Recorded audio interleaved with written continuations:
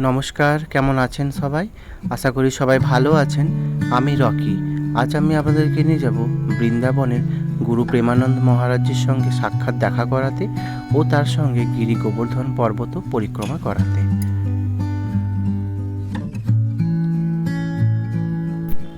গতকাল রাত্রে আমরা একটি অটো বুক করে ফেলি।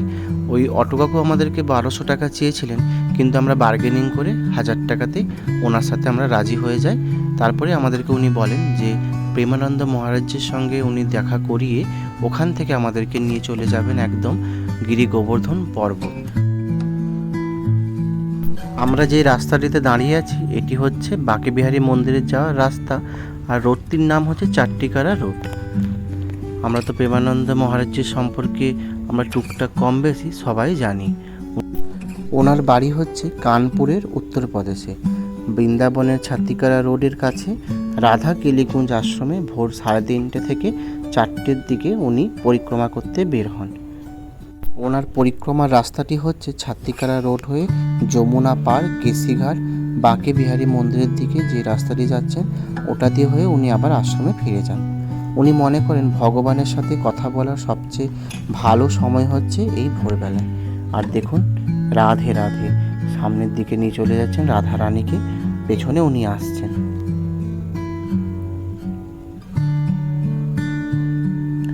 এই যে মহারাজ মাঝখানে আছেন আর সাথে আছে অনেক প্রহরী। কি অপূর্ব দর্শন পেলাম ভোরবেলাতে আমরা সবাই। কয়েক সেকেন্ডের মাত্র দেখা, আর এত সুন্দরভাবে আমাদের দেখা হলো হয়তো এটি সারা জীবন আমাদের মনে থাকবে। আবার কবে আসবো না আসবো তার কোনো ঠিক ঠিকানা নেই, তাই আমরা এখন দু চোখ ভরে সবাই দেখে নিলাম। আর উনি চলে যাওয়ার পর সবাই আমরা রাস্তায় প্রণাম করলাম। আবার আমাদের এবারে রওনা দেওয়ার পালা। এরপর আমরা যাব একদম গিরি গোবর্ধন পরিক্রমা করতে। ছোটবেলায় প্রেমানন্দ মহারাজজির নাম ছিল অনিরুদ্ধ। মাত্র 13 বছর বয়সে উনি বাড়ি ছেড়ে উনি চলে আসেন কাশী বিশ্বনাথে। ওখানে শিবের নাম জপ ধ্যান করতেই থাকেন, সাধনার মধ্যে দিয়ে একদম বিভোর হয়ে থাকতেন। পরবর্তীকালে উনি একদিন বৃন্দাবনে আসেন রাসলীলা শুনতে। সেখান থেকে উনি আর বেনারস ফিরে যেতে পারলেন না। এখন উনি বৃন্দাবনেই থাকেন আর ভক্তদের নানান প্রশ্নের উত্তর দেন। এখন ওনার শরীরটা খুব একটা ঠিক নয়, ওনার ডায়াবেটিস, কিডনির সমস্যা এসব লেগেই থাকে। আর উনি সবার শেষে একটি কথা বলেন, রাধা রাধা, আর এই কলিযুগের একমাত্র মুক্তির পথ হচ্ছে এই রাধা রাধা। চলুন, এরপর আমি এখন চলে যাব একদম মানসী গঙ্গার কাছে। এই হচ্ছে মানসী গঙ্গা যাওয়ার পথ। এখানে খুব সুন্দরভাবে একটি মন্দির করা আছে আর চারিদিকটা ঘেরা, আর এই হচ্ছে মানসী গঙ্গা। এখানে খুব সুন্দর দুটি ঘাট বাঁধানো আছে, একদিকে পুরুষদের স্নান করার জায়গা আর একদিকে মহিলারা। আমরা যেহেতু এখান থেকে একদম একটু মাথায় সবাই জল ছিটিয়ে এখান থেকে আমরা একদম বেরিয়ে যাব। প্রথমে যাব আমরা একদম গিরি গোবর্ধন মন্দিরে একটি প্রণাম করে তারপরে ওখান থেকে আমরা এবারে সবাই হাঁটা শুরু করব। এই ভোরবেলাতেও কি সুন্দর চারিদিকে দোকান খুলে গিয়েছে, আর মানুষের আনাগোনা আস্তে আস্তে এবারে বাড়বে। যেহেতু এখন গরমকাল, ওই জন্য রোদটা বেশি পাওয়ার জন্য সবাই কিন্তু ভোরবেলাটাই বেছে নিচ্ছে। আমরাও তাই কথা বলে নিয়েছিলাম আগের দিনই। আমাদের ওই আশ্রমে একজন গিয়েছিলেন, উনিও বলেছিলেন আপনারা ভোরবেলাতেই সবাই যাবেন, তাহলে হয়তো একটু রোদটা কম পাবেন। আর আমাদের যেহেতু অনেকজনই ছিলাম, বয়স্করাও ছিল, তো ওই জন্য আমরা সবাই ঠিক করলাম এইভাবেই প্ল্যানটা করার জন্য। তাহলে একটু রোদটাও কম পাবো, আর আশা করি 10-11টার মধ্যে আমাদের পরিক্রমা কমপ্লিট হয়ে যাবে। চলুন ভেতরটা একবার দেখাই আপনাদেরকে। এখন আমরা এখানে প্রণাম করে নিব, তারপরে এখান থেকে আমরা বেরিয়ে পড়বো একদম হাঁটা পথ। ভেতরে খুব সুন্দর চারিদিকে ছোট ছোট মন্দির করা আছে, বজরংবলী মন্দির, গোবর্ধন শিলা মন্দির, রাম সীতা মন্দির, দুর্গা দেবী মন্দির। আর এই হচ্ছে ভগবান শ্রীকৃষ্ণ, উনি গিরি গোবর্ধন পর্বত 20 আঙুলে তুলে দাঁড়িয়ে আছেন। এই যে এখানে লেখা আছে কতটা গেলে কতটা কি মন্দির পাবো, সামনে কি কি আর জায়গা আছে দেখার জন্য। আমরাও সাইনবোর্ডটা একটু দেখে নিলাম আর সোজা হাঁটা শুরু করলাম।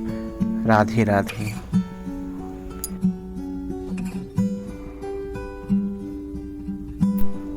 আস্তে আস্তে সকালের আলো ফুটছে, সামনের দিকে মা আর ঠাকুমা হেঁটে যাচ্ছে।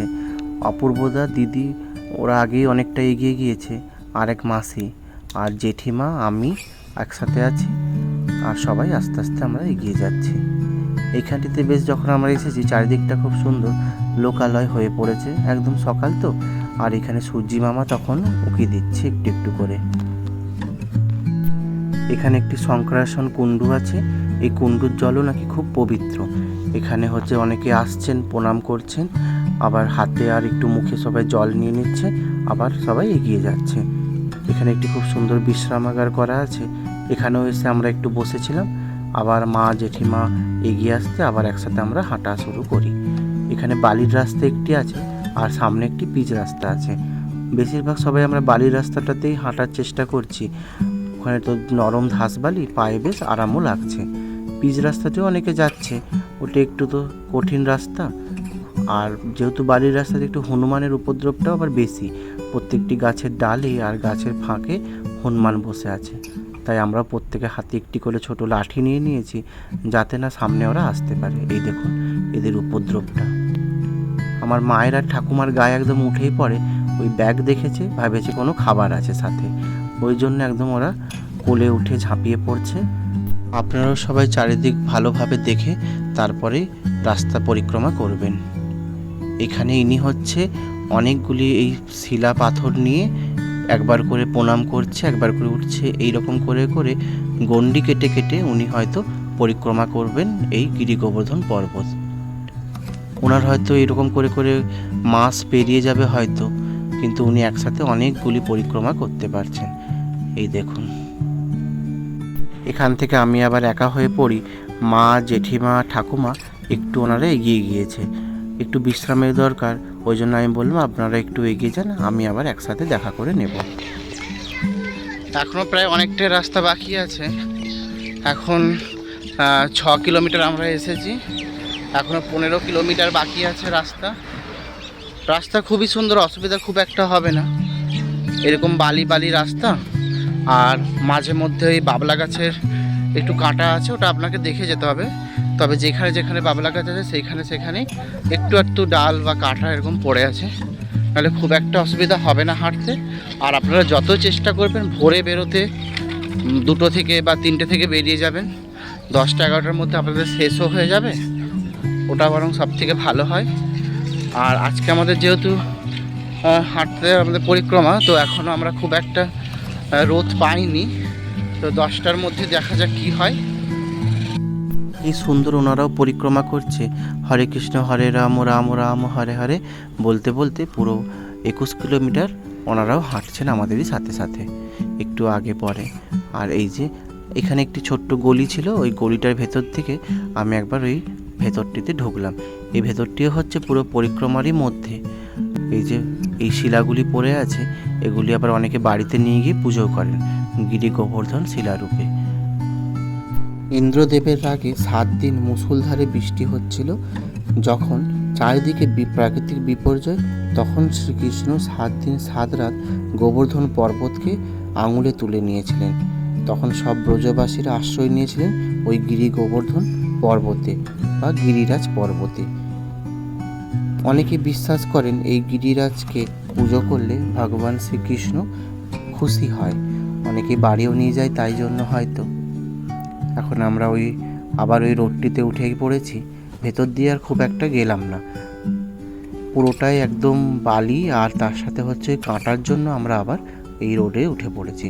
আর একটু আমাদের পথ, ওই যে দেখা যাচ্ছে মন্দিরের চূড়াটি, ওখানে আবার আমরা সবাই প্রণাম করে ওখান থেকে আমরা আবার বেরিয়ে পড়ব রাধাকুণ্ডু শ্যামকুণ্ডু, ওখানে গিয়ে আমাদের এই পরিক্রমা শেষ হবে। এখন আমরা মন্দিরে প্রণাম করে নেব আরেকবার। সকালে দেখুন এখন ঘড়িতে ওই 10:30, আর চারিদিকটা এত সুন্দর পরিষ্কার পরিচ্ছন্ন লাগছে, আর এখন সিঙ্গার একটি বেশও করা হয়েছে।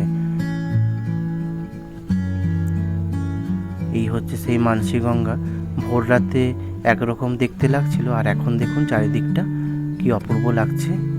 এই হচ্ছে মন্দিরের চূড়া, আর এইটি দিয়ে যাওয়া যাচ্ছে মানসী গঙ্গা রাস্তাতে। অনেকেই প্রণাম করে আসছে আবার ভেতরে ঢুকে। আমরা একটু মাথায় গায়ে জল নিয়ে নিচ্ছিলাম। এরপর এখান থেকে আমরা চলে যাব রাধাকুণ্ডু শ্যামকুণ্ডুতে। এই হচ্ছে কুসুম সরোবর। এখানে সন্ধ্যাবেলায় যদি আপনি আসেন, খুবই সুন্দর পরিবেশ আর দেখতেও অনেক ভালো লাগে। আপনি অনেকক্ষণ বসেই সময় কাটাতে পারবেন এইখানে।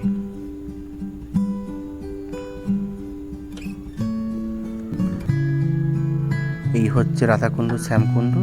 ঠিক আমরা এই ডান দিকে গড়িটা দিয়ে বেঁকে যাব, আর এখানেই আমাদের দেখা মিলবে সবাই একসাথে। কেন ওনারা অনেক আগেই বেরিয়ে পড়েছেন হাঁটতে। আমাদের মাসি, দিদি, অপূর্বদা এখানে হয়তো আমাদের জন্য অপেক্ষা করছে। এই যে একটি হচ্ছে শ্যামকুণ্ডু, আরেকটি দিক হচ্ছে রাধাকুণ্ডু। আমি দুটো কুণ্ডুই আপনাদেরকে দেখাবো।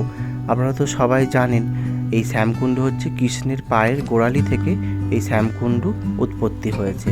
আর রাধাকুণ্ডু হচ্ছে রাধারানীর হাতের চুড়ি খণ্ডন থেকে রাধাকুণ্ডু উৎপত্তি হয়েছে। অনেকেই মনে করেন এই রাধাকুণ্ডু শ্যামকুণ্ডুতে স্নান করলে মুক্তি পাওয়া যায় বা পুণ্য করা যায়। আমরাও প্রত্যেকেই স্নান করে নিচ্ছিলাম। চলুন আমি একবার আপনাদেরকে কুণ্ডগুলি ঘুরিয়ে নিয়ে আসি। এই কুণ্ডগুলির মধ্যে অনেক হয়তো কচ্ছপ আছে। আমি যখন স্নান করতে নেমেছি তখন দেখছি পায়ে আমার কামড়াচ্ছে। আমি রীতিমতো ভয় পেয়ে উঠে দাঁড়িয়েছিলাম। তারপর দেখলাম অনেক কচ্ছপ, এখানে দুটি কুণ্ড মিলিয়ে অনেক অনেক কচ্ছপ আছে এখানে। এরপর আমরা এখান থেকে বেরিয়ে যাব, সোজা যাব সেবাশ্রম আশ্রম। আজ হয়তো ওখানে আর আমাদের ভোগ প্রসাদ পাওয়া হবে না। ওনাদের তো নিয়ম আছে, সকাল 7টার মধ্যে আপনাকে কুপন কেটে নিতে হয়, আর দুপুর 12টার সময় আপনি প্রসাদ পাবেন। তবে রাধাকুণ্ডু আর শ্যামকুণ্ডুতে স্নান করার পর আমাদের যে গা হাত পার ব্যথা হয়েছিল সেইটি আর আমরা কিছু টের পেলাম না। আজ সন্ধ্যাবেলায় আবার আমরা বেরিয়ে যাব বাঁকে বিহারী মন্দির দেখতে, রাধারামন মন্দির দেখতে ও আশেপাশে আরও কিছু মন্দির দেখতে। চলুন, ভিডিওটা আমি আজকের মতন এখানেই শেষ করলাম। সবাই ভালো থাকবেন, সুস্থ থাকবেন, সাবধানে থাকবেন। রাধে রাধে।